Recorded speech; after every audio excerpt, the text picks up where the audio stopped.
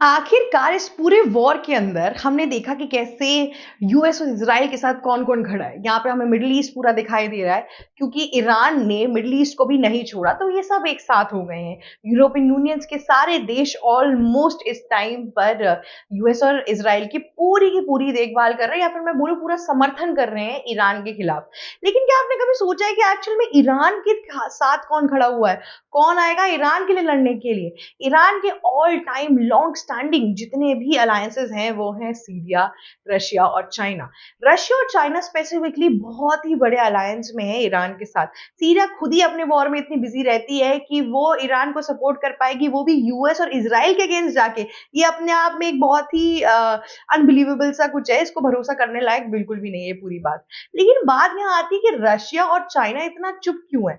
आखिरकार इन लोगों के बीच में क्या इश्यूज चल रही है कि अभी तक ना रशिया आया है सामने, ना चाइना आया है सामने कि हम यहाँ पे पूरा स्टेप अप करेंगे ईरान के लिए। एक्चुअल में प्रॉब्लम क्या हो गई है? अभी यही सेम चीज अगर इंडिया के साथ हुई होती तो रशिया हमेशा खड़ा रहता है, लेकिन यहाँ पर ईरान के साथ रशिया क्यों नहीं खड़ा है? ना कि सोचिए G2 जैसी पावर, चाइना भी आज चुप होके बैठा है। अभी तक कोई जॉइंट स्टेटमेंट नहीं निकला, अभी तक कुछ भी नहीं निकला है कि हम इस वॉर में आपका सहयोग करेंगे, समर्थन करेंगे। चाइना बस कॉन्डोलेंसेस दे रहा है कि सुनिए बहुत बुरा हुआ आपके साथ, हमें बहुत बुरा लगा। आशा करते हैं कि वॉर जल्दी खत्म हो ताकि पूरे देश में हर जगहों पे पीस ही रहे। पर उसके अलावा इन लोगों ने कोई हेल्प की नहीं है अभी तक। मैं आपको थोड़ा हिस्ट्री में लेके जाना चाहती हूँ एक्चुअल में कि ये संबंध कैसे शुरू हुए, क्या हुआ? पर उसके पहले हम जानते हैं कि वॉर के अभी लेजिट सिनेरियो में चल क्या रहा है। अभी ईरान ने ऑलमोस्ट 8 मिडल ईस्ट की कंट्रीज पर अटैक करना शुरू कर दिया है।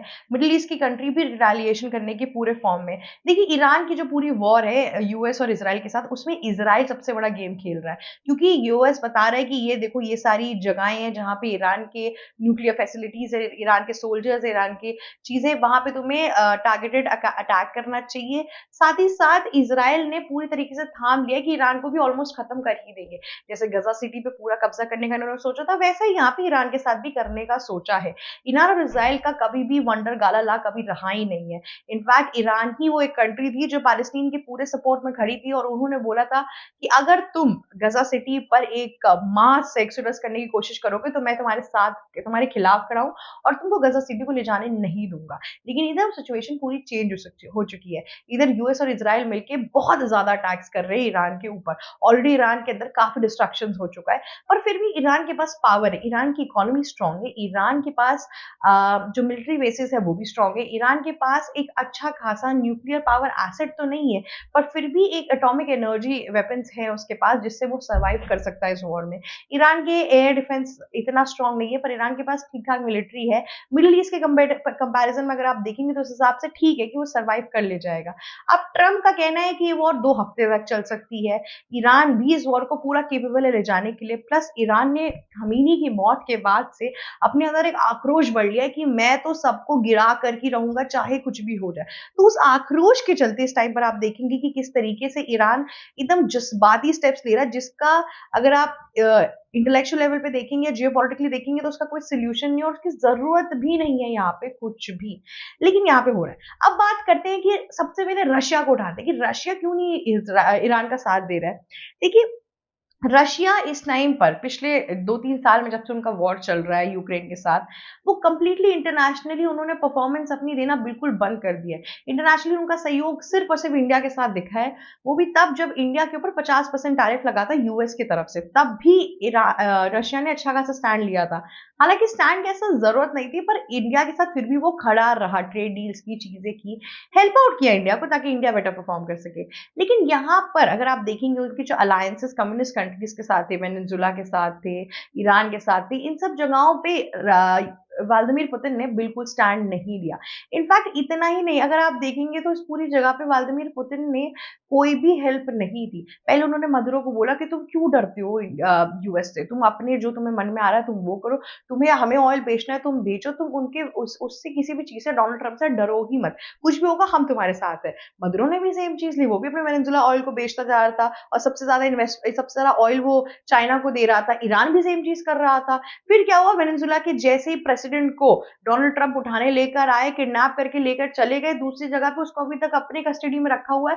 फिर रशिया का कोई नामो निशान जरा सा भी नहीं आया, जरा सा भी सपोर्ट करने नहीं आया। यही व्लादिमीर पुतिन है जिनका इंटरनेशनली सपोर्ट में और एक्टिवनेस में सबसे बड़ा नाम हुआ करता था एक टाइम पर, और अब इन्होंने रशिया और यूक्रेन का युद्ध ऐसा कर लिया कि ना उससे खत्म कर पा रहे, ना उससे निकल पा रहे, ना उससे आगे बढ़ पा रहे, बस उसी युद्ध के दल में ये अपनी कंट्री को संवारने में लगे हुए हैं, पर इंटरनेशनली इनका कोई भी एग्जिस्टेंस नहीं रह गया है।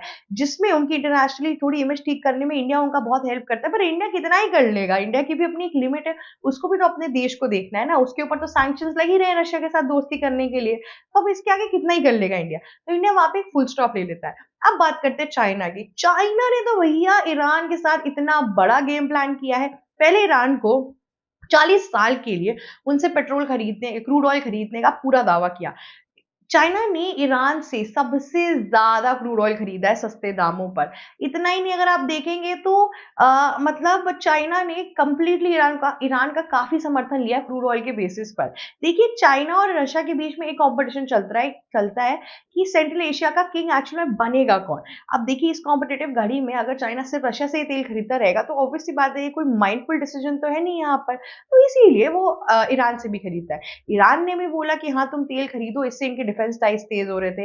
ईरान को लगा कि कल को अगर यूएस और इजराइल मेरे ऊपर आए तो क्या पता चाइना मेरी हेल्प करेगा, पर चाइना ने तो सांस भी नहीं ली। शी जिनपिंग अपनी मिलिट्री की इतनी तारीफ करते हैं, न्यूक्लियर पावर एसेट से लेके पता नहीं क्या क्या वेपन्स है कि 1 मिनट में पूरी कंट्रीज का डिवास्ट्रेशन हो जाएगा, ये रेंज है, ये बैलिस्टिक मिसाइल है, पर यहाँ पर चाइना के शी जिनपिंग बिल्कुल चुप बैठे हुए हैं। उन्होंने एक स्टेप आगे नहीं लिया। उन्होंने बोला सॉरी यार मुझे बुरा लग रहा है तुम्हारे लिए कि तुम्हारे साथ ऐसा हो गया, पर हम अभी कुछ नहीं कर सकते, हम सॉरी, सीधा यही है उनका रिएक्शन अभी तक, क्योंकि वॉर को अब 2-3 दिन से ऊपर होता जा रहा है। ठीक है, अब इतनी जगह पे डिस्ट्रक्शन होता जा रहा है, कैजुअलिटीज होती जा रही है, 10 से ऊपर तो जगहें बर्बाद हो चुकी हैं पूरे ईरान के अंदर, तो उस हिसाब से दिक्कतें होती जा रही है। ठीक है, अब यहाँ पे एक और साइड आपको देखने का मिलेगा कि कैसे रशिया ने ईरान का साथ भी नहीं दिया, और साथ ही साथ रशिया ने ये भी प्रूव कर दिया कि अब तुम कोई भी कंट्री अगर मेरे भरोसे हो तो मत रहो, मैं एंड में यही कुछ करूंगा। और इनफैक्ट यहाँ पे ये भी प्रूव हो गया कि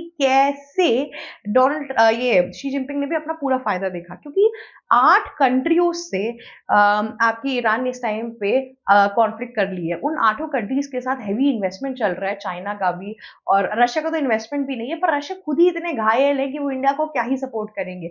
और ये टाइम आ चुका है कि रशिया ने ये प्रूव कर दिया कि देखो मुझे तो इस वॉर में किसी साइड पे नहीं जाना है, और मैं ईरान के साथ नहीं जाऊंगा, अपनी लॉन्ग स्टैंडिंग टाइज में तोड़ रहा हूँ उसके साथ। एक तरीके से उनका समर्थन नहीं आने का मतलब यही है कि तुम हेल्प ही नहीं करो तो दोस्त कैसे तुम बने। ठीक है, तो एक तरीके से उनका भी इनडायरेक्ट अगर इंक्लाइनेशन है तो वो भी आपको दिख रहा है, यूरोपियन यूनियन, मिडिल ईस्ट, इन सबके साथ है।